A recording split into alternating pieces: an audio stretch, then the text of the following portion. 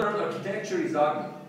I realized in 1991 that it's not just because investors lack money for good details.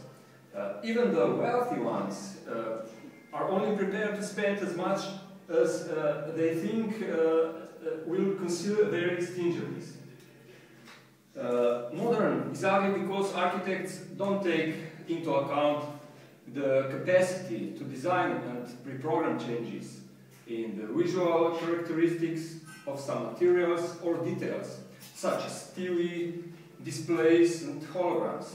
That means changes that are independent of the observer's movement and must be first designed and then programmed.